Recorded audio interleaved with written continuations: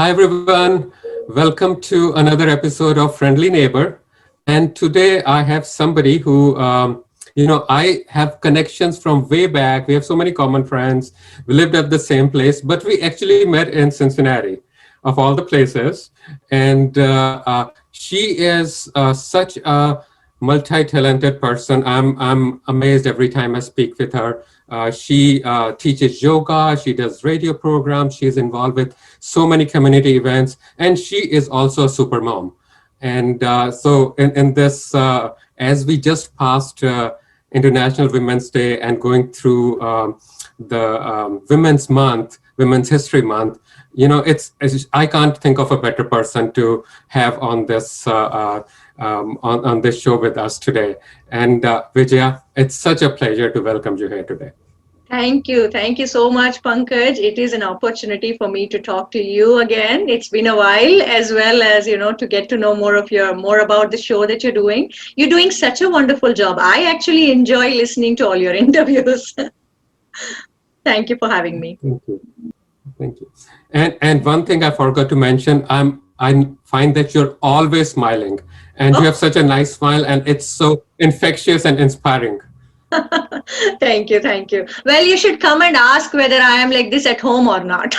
So you're welcome to come home sometime. Okay, hopefully, the pandemic gets better and we start doing that again. But Yes. I'm 100% confident that's what I will find there as well. Thank you. Thank you.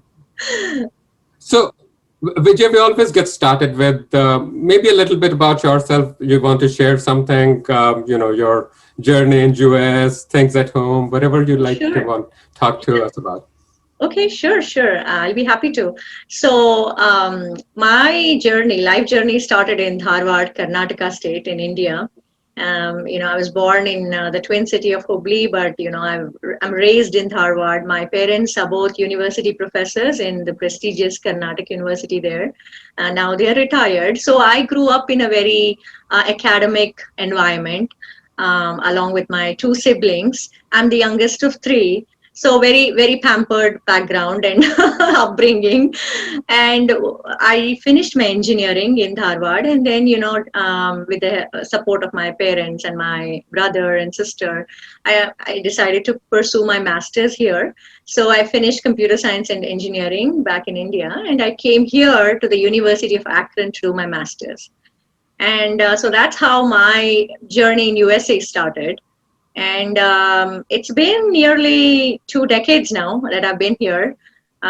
So just once I finished even before I graduated from my master's, I got this nice internship. And so one after the other, there were different opportunities that came my way, and I was able to work in different companies, meet some great people, and through family I met my husband Srinivas, and we met here. He was also here already. So um, since I met him, he was here, and as you mentioned, I was in Milwaukee at that time. So I decided to move to Cincinnati area. Better weather, and being in the software industry, I think I had a good opportunity, better chance to get other jobs here in the area. So that's how I ended up back in Ohio, actually. And ever since, Dayton has been home. So we have our little ones, and we are settled here for now. And I agree with you. Cincinnati Dayton weather is definitely better than Milwaukee. So happy to be here as well. Yes, but at the same time, people in Milwaukee, they are so dear to me, dear to my heart. I can never forget. So we pretty much travel there every year to visit them. It's like my Mecca, how they say mother's home. It's like that because there are so many my parents' age and my parents' friends also and our friends. So it's just very homely there for me. So Cincinnati, Dayton area is my home now, but I do have a lot of close friends there in Milwaukee. And I can see you having friends all over, and maintaining that connections. That's always so good. Yep, yep, that's true. I And, love and, to keep my friendships. Yeah. and Vijay, one thing that you did not touch on that I wanted to talk to you about is your involvement with yoga. And I know that you are very passionate about yoga, teaching yoga. And I have actually done a few of the sessions that you do. You're doing it every Sunday evening now? Correct. Um, once of, yes. 7 p.m. And, Yeah, Eastern. and so what got you involved with that? And what took you from learning to teaching? Oh, sure, sure. So I actually come from a yoga family, Pankaj. I don't know whether you know about it, but my both my parents are very much involved in yoga. My father started when he was 13 years or 14 years in his teenage. He started learning yoga. Then he was just so interested, so he continued like spreading the message of yoga, propagating it, teaching, and this was back in late 1940s. So as he grew up, he finished his college, and somehow life took him to Dharwad, where he was employed at the Karnataka University. There was a special position which was created for him, just seeing his involvement in the communities around there, how passionate he was to teach yoga. So they created a position for him. They got him employed at the Karnataka University, where he went further to establish the Department of Yoga, the Institute of Yoga Studies, and that is one of the earliest institutes in the world, actually, in the university level. So that was back in 1970s. And so, as you see, I grew up in that environment. So my mother, after she married my father, she was already doing her MA, and then for her PhD, she decided to take a topic which was yoga as depicted in Kannada literature. So she has got a doctorate in the literary aspects of yoga. So both from my mother and father's side, I've just learned so much from them. So I have always known yoga as a baby, as a child. I mean, my parents got all three of us involved in the yoga classes that they used to teach for the community. So we were their little helpers, as kids too. So that's how it's always been a part of my life. And so it came natural for me to go ahead. And when I was in high school, I completed my yoga certification. So it was early on, actually, that I started I learned more about it, and then I became more professional and more knowledgeable in terms of yogic texts and the various aspects. And the interest has always been there. I think the teaching passion comes from my parents, because both of them are in the teaching field. And as I completed my engineering, I also continued teaching computer science in the university there in Dharwad. And then along with that, I always had this interest of yoga. So I used to go with my parents to different places when they were teaching, and then they had camps or demonstrations. And with my siblings, we were always there, involved, as much as possible, as much as time permitted.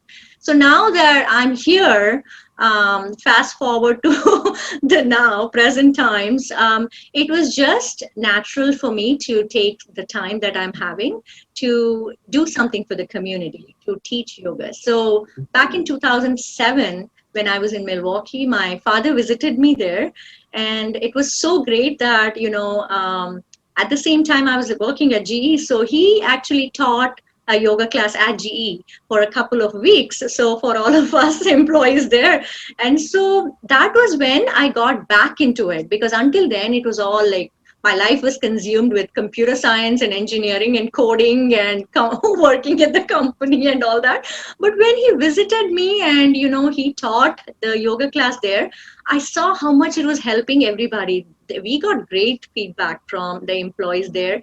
And then gradually somehow it just clicked, and the community in Milwaukee got involved with yoga, learning yoga from him.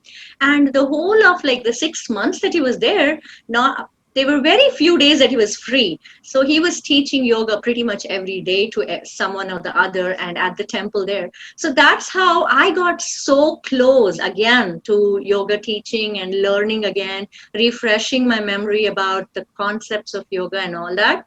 So I have to thank him for that. And once that happened, of course, he went back to India, and he tried and visited us every year or every other year. But from then on, my involvement became more. Whatever service he had done in India, that came back to my memory. Whatever service he had done in other countries too, that he got an opportunity in, and back in USA when he was here, everything just got my interest again into teaching. And so although he went back to India and he was just visiting us, I tried and continued his service for the community as much as I could in Milwaukee as well as here in Dayton. So that is how, even during the pandemic, I just didn't want to take a break. Our whole family is still involved in teaching yoga, and also the other teachers who learned from him, they are also doing a great job, great service to the community in Milwaukee and other places around the world.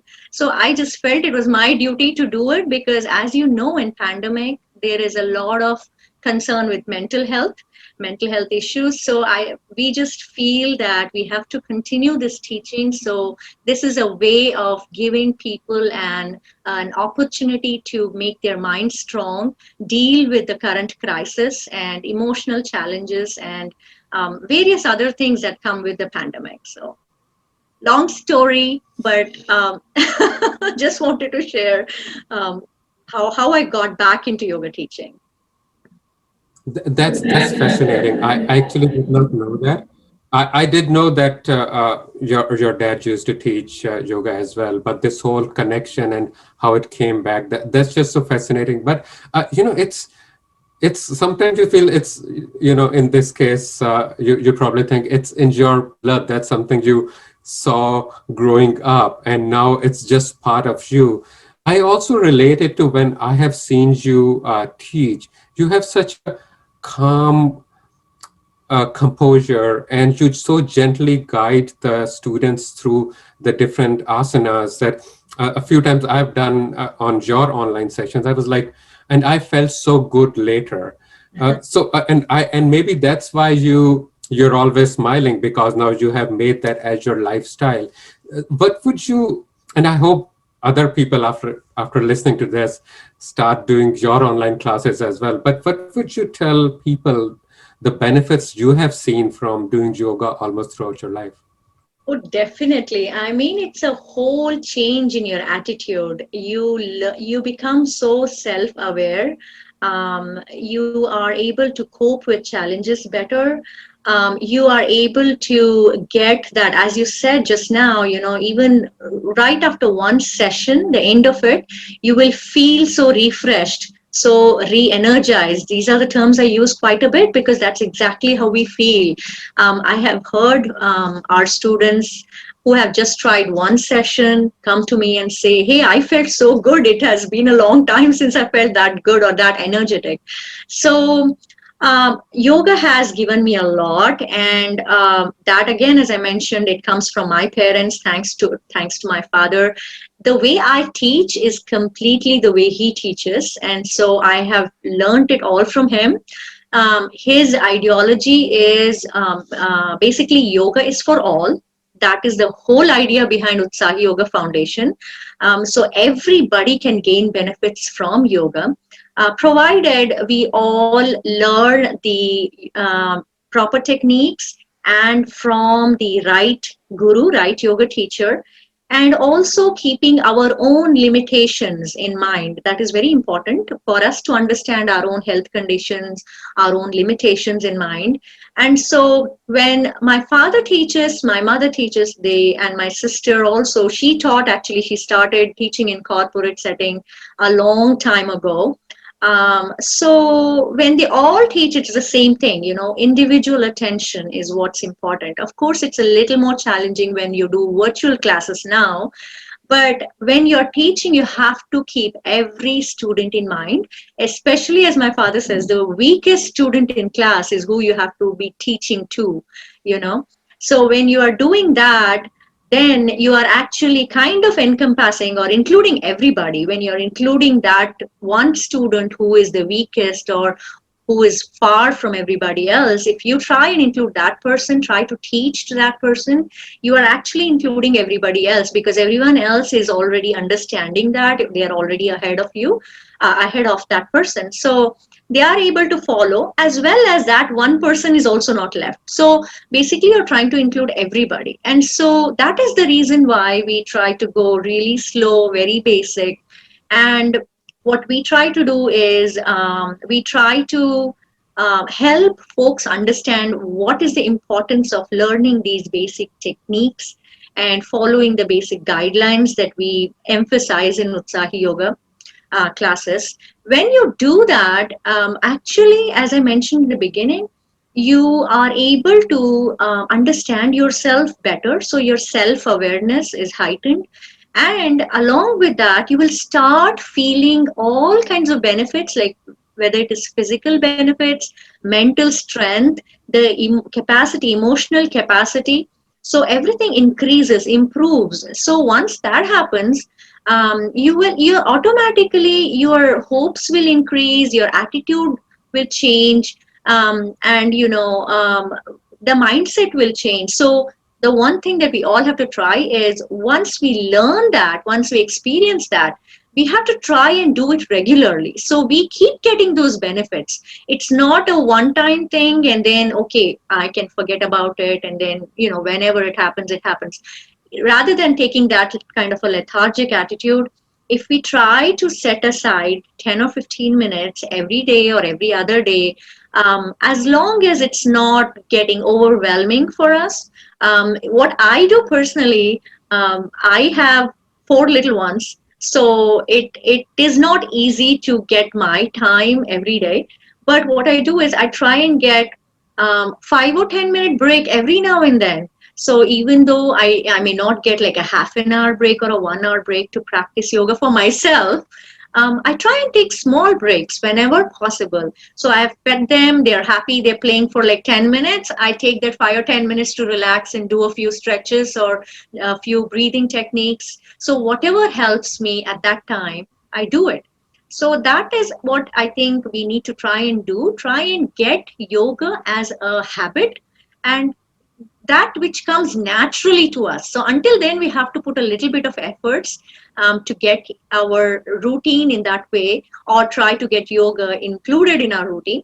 But once we do that, it becomes our habit. It becomes as simple as like getting up and brushing. You go and do some stretches.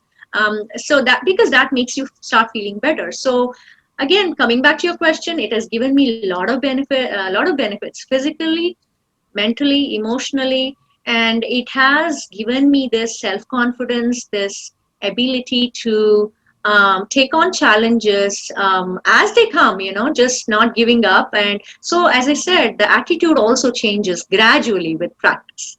So